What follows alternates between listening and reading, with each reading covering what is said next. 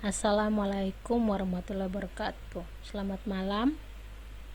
Di sini saya Yacira Tuarat ingin mempresentasikan hasil diskusi saya dengan tema manajemen komunikasi terapeutik di Rumah Sakit Permata Bunda Medan. Latar belakang komunikasi terapeutik adalah yang direncanakan secara sadar dan tujuan dipusatkan pada pemulihan pasien. Komunikasi terapeutik dianggap sebagai proses yang khusus dan bermakna dalam hubungan antara manusia. Dalam praktik keperawatan, komunikasi terapeutik lebih bermakna sebagai modal utama dalam melaksanakan asuhan keperawatan.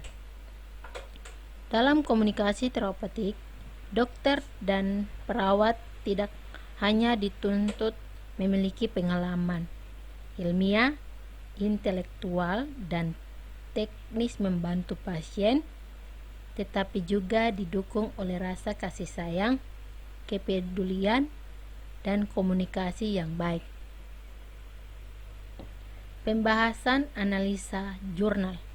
Komunikasi terapeutik adalah komunikasi yang direncanakan secara sadar.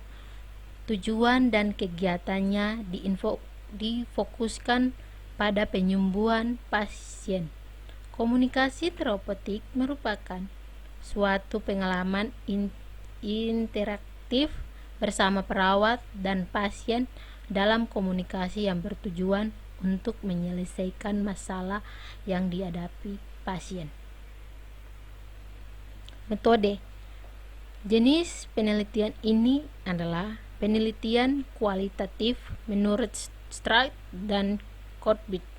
Penelitian kualitatif adalah jenis penelitian yang menghasilkan temuan yang tidak dapat dicapai dengan menggunakan prosedur statistik atau cara kuantifikasi lainnya. Salah satu alasan penelitian menggunakan pendekatan kualitatif adalah penelitian kualitatif dapat menggunakan fenomena yang terjadi berkait dengan strategi komunikasi terapeutik dokter dan tenaga medis dalam mempercepat kesembuhan pasien di Rumah Sakit Permata Bunda Medan dan berkembangnya sehingga dapat mengetahui dan memahami apa tersembunyi di balik fenomena yang terjadi.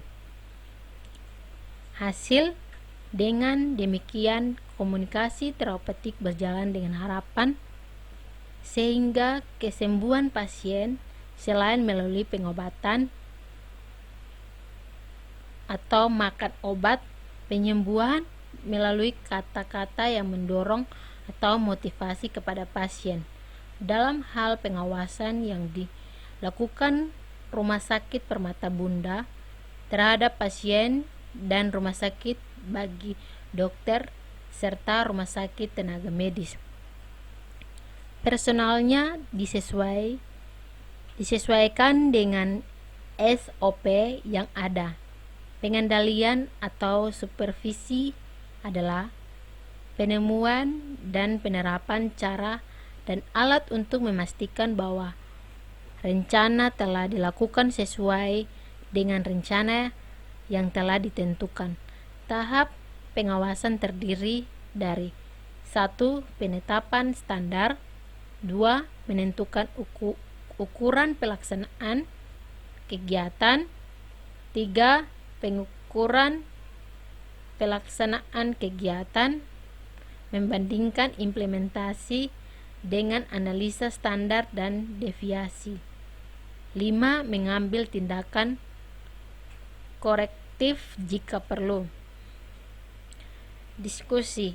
Dengan demikian, pengelolaan komunikasi di Rumah Sakit Permata Bunda terhadap dokter dan para medis serta personel untuk menangani pasien baru dan rawat inap disesuai dengan standar operasional atau SOP.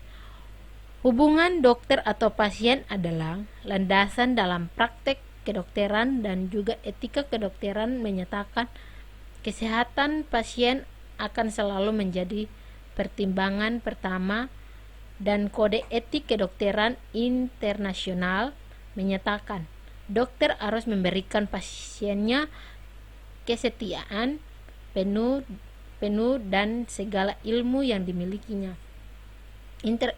Interpretasi tradisional dari hubungan dokter atau pasien adalah seperti hubungan ayah, di mana dokter mengambil keputusan dan pasien hanya dapat menerimanya.